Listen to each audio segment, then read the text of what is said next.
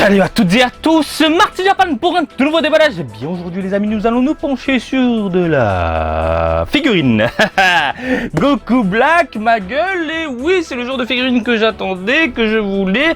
Il y a une période, c'est clair que les Goku Black on en bouffait à toutes les sauces, mais ça a disparu des rayons, ça a disparu des Game Center, ça a disparu des UFO Catcher, ça a disparu du Japon.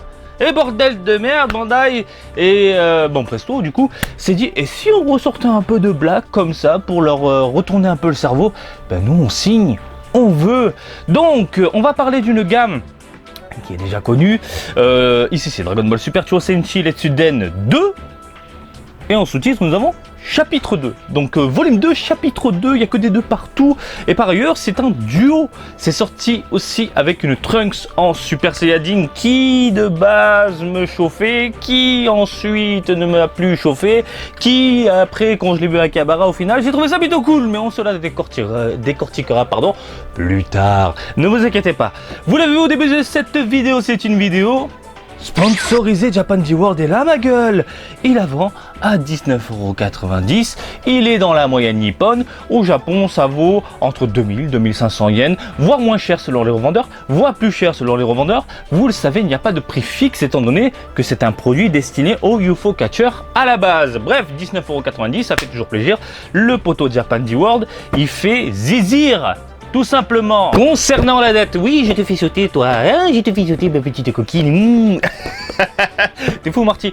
Complètement, hein, fais un petit câlin à une boîte de figurines, c'est qu'il manque quelque chose dans le crâne. C'est sorti le 3 septembre 2020 dans tout l'archipel, dans les Game Center, dans les UFO Catcher, etc. Bref, on va décortiquer la boîte vite fait.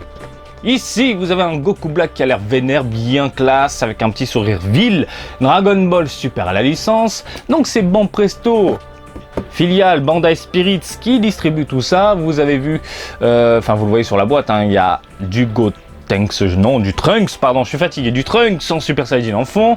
Donc nous avons le Goku Black exhibé sur la tranche, les deux personnages à l'arrière pour titiller un peu le consommateur. Si tu vas dans un UFO Catcher, tu te dis putain, un petit duo de la beurre, ça peut le faire. Et là, le regard de la mort qui tue. Magnifique, je crois que je vous ai donné toutes les informations à prendre en compte. Je vais prendre mon petit cutter et on découvre ce nouveau joujou du jour ensemble. Carton de protection avec différentes parties un peu space. Par contre c'est hyper léger, elle est vraiment je sais pas, ça manque de poids, ça manque de consistance, t'as l'impression, hein. Mais c'est pas mal, putain de merde, c'est pas mal. Nous avons ici 1, 2, 3 et 4 pièces. Socle noir transparent, on a l'habitude avec la petite tige emboîtée, j'imagine, dans le petit derrière, et c'est le cas. Voilà, 2 petites pièces à emboîter, facilement ou non. Ah, faut forcer quand même. Ouh, faut y aller. Ouh, faut y aller mon gars. Faut pas avoir peur. Hop. Hop. Laisse-moi regarder un peu la bête, c'est pas mal, hein. Franchement, c'est pas mal. Très très fan. Ouais, alors, il y a des choses qui vont, il y a des choses qui vont pas. Bon, on va en parler, bien évidemment. Bon, les choses qui vont pas, on les connaît à force avec le temps, hein. Ça, c'est dommage, hein. Mais bon, bref, on va parler tout d'abord de la modélisation qui est vraiment excellente. Je suis très très fan de ce Goku Black là. Les proportions sont bonnes. Le regard, je vous laisse admirer, il est quand même très vénère. Le petit sourire qui va bien. Les yeux sont plutôt bien proportionnés par rapport au reste du visage. Magnifique. On a la petite boucle d'oreille. Pas dégueulasse. Ça va. Les bras croisés. Ensuite, les doigts ne sont pas boudinés. Propre, la main hop qui rend magnifique, hein, les bras croisés sont bien représentés, bien modélisés. On a les vêtements ensuite qui partent un peu dans tous les sens ici. Pareil, je trouve ça hyper classe. Et de belles petites pliures au niveau du pantalon. Les bottes, on a 2 petites pliures aussi à droite à gauche. Donc le personnage est en train de léviter, hein, magnifique. J'aime beaucoup le délire. Alors je ressens un peu cette puissance au niveau de Goku Black, ce côté vil, ce côté j'ai envie de te péter la gueule, mais je reste hyper badass. Voilà, j'aime bien ressentir ça à travers une figurine, je trouve ça bien pensé. Les cheveux, nous avons quelque chose de sympathique dans l'ensemble, à savoir des pointes, et surtout ça part un peu dans tous les sens. Comme je viens de vous le dire, il est en mode préparation, le personnage il a envie de péter des gueules, ça se voit, et du coup il y a une sorte d'aura qui tourne autour de lui, et puis tu as les vêtements qui s'envolent, et les cheveux du coup suivent le mouvement, hein, ça part un peu dans tous les sens, limite si tu peins ça en gris, ça fait un Migate no Gokui version Goku Black, hein, en gris rosé. Voilà. Après, en termes de petits défauts, nous avons ici une petite jointure au niveau des mèches, légèrement voyante, mais pas trop non plus. Je veux dire, face. Si tu la mets de côté, tu la vois, c'est certain. Par contre, si tu la mets de face, impeccable, rien à dire. C'est camouflé gentiment dans les cheveux. Concernant les mèches avant, il n'y a pas de quoi s'inquiéter, c'est dans la continuité, il n'y a pas de jointure, hein, comme on peut le voir avec certaines figurines. Donc c'est plutôt agréable à l'œil globalement, je trouve ça très bien représenté, j'adore. On va parler maintenant des couleurs. Alors, couleurs. Mais non, c'est Goku Black, Marty, qu'est-ce que tu dis? Bon, arrête un peu, c'est nul cette blague. On a, attendez, on a des jointures ou pas encore sur les côtés? Non, on n'a pas de jointure. Hein. Non, c'est super propre. Hein. Bien fait, magnifique. Non, super propre. Il n'y a pas de jointure, c'est juste impeccable. La seule jointure visible, c'est au niveau du crâne. Comme quoi, putain, hein, vous pouvez y arriver de temps en temps chez Bandai. On revient sur les couleurs. Alors, les couleurs, nous avons tout d'abord un aspect légèrement brillant au niveau des bras et puis un aspect légèrement mat au niveau des vêtements. C'est bizarre, je sais pas. Comme si le haut qu'il portait à manches longues en fait était légèrement, je sais pas, comme si c'était un vêtement moulant en cuir. C'est peut-être ça, allez savoir. Hein. Mais est-ce que c'est dérangeant? Pas vraiment, c'est plutôt sympathique, je trouve. Enfin, ça donne un effet assez particulier du coup à toute la figurine. C'est plutôt agréable à l'œil.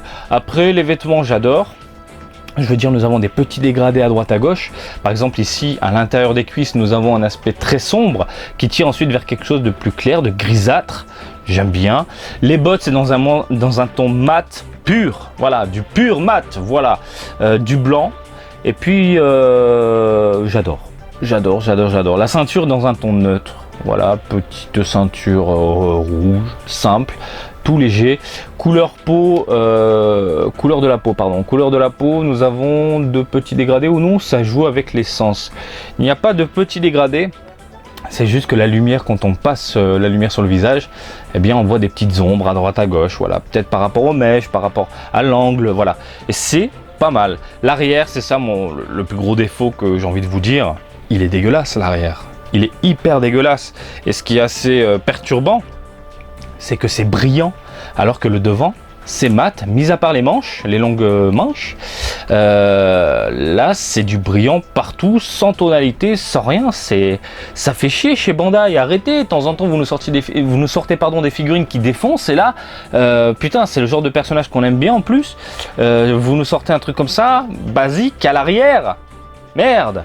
Parce que j'aimerais bien la mettre de côté en fait. Chez moi, je pense que je pourrais la mettre comme ça en fait, face aux Trunks qu'on déparlera plus tard. Bref, c'est un poil dommage, mais c'est un peu la mentalité aujourd'hui de Bandai. Hein. C'est pas que cette figurine-là, c'est quasiment toutes les figurines maintenant. Donc c'est vraiment très chiant. Au niveau des cheveux, on a un ton neutre, mat, noir, simple, efficace. Ça suffit. Je veux dire, globalement, on a une belle bête, je trouve, avec un rendu très plaisant à l'œil et je suis très fan de la pose. On va monter tout ça, je vais checker la taille avec vous les amis. Au niveau de la taille, donc le socle est obligatoire, hein, je vous rappelle que il est en train de voler le personnage, voilà. Donc le petit socle n'est pas trop dérangeant parce que justement, comme je viens de vous le dire, il est petit. Et ça c'est plutôt agréable. Oh putain, elle est quand même costaud, on est dans du 22-23 cm. C'est pas mal. Donc point positif, la modélisation est excellente, les proportions sont bonnes, la pose, je valide à 400 000% les bras croisés, le sourire vil, je vais te péter la gueule. J'aime beaucoup le délire, on fait voler le personnage. Du coup, le socle est plus petit, pas trop voyant pour une fois, donc c'est plutôt agréable. En plus, il est dans un ton noir. Donc ça passe avec les vêtements, ça passe avec l'allure globale du personnage. Franchement, ça se fond dans le décor. Je suis plutôt content de ce genre de rendu. Vite fait, concernant la petite boucle d'oreille, il y a un petit côté chromé qui est vraiment très plaisant à l'œil. Je suis hyper fan et en plus il n'y a aucune peinture qui déborde. Dans l'ensemble c'est impeccable, les petites nuances et tout. De la bombe atomique. Petit défaut que ça va partir. Robot planté. Donc la jointure sur le crâne, pas très voyant en plus, elle est pas très voyante pardon là, cette jointure là, et encore c'est vraiment tout petit, hein, c'est juste sur le côté, au niveau de la mèche ça ne prend pas tout le crâne, c'est juste un petit bout qui fait même pas 1 cm, donc c'est plutôt cool.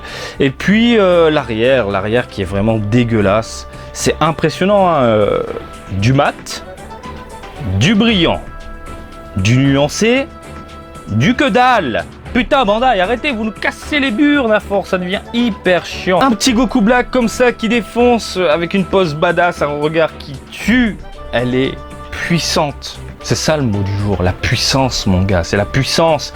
Elle dégage tellement de puissance que ça finit dans ma vitrine. J'ai tellement de Goku Black dans des cartons que je pense que je vais m'en débarrasser. Certaines je vais les virer, mais celle-là je vais la garder, c'est sûr et certain. Ce petit côté ville, je suis extrêmement fan.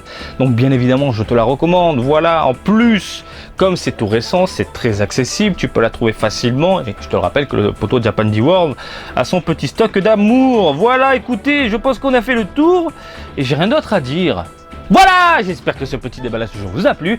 Comme d'habitude, je vous invite à me suivre sur Twitter et Facebook, Marty Japan. Et je vous dis à très bientôt. Allez, salut, bisous, ciao, ciao!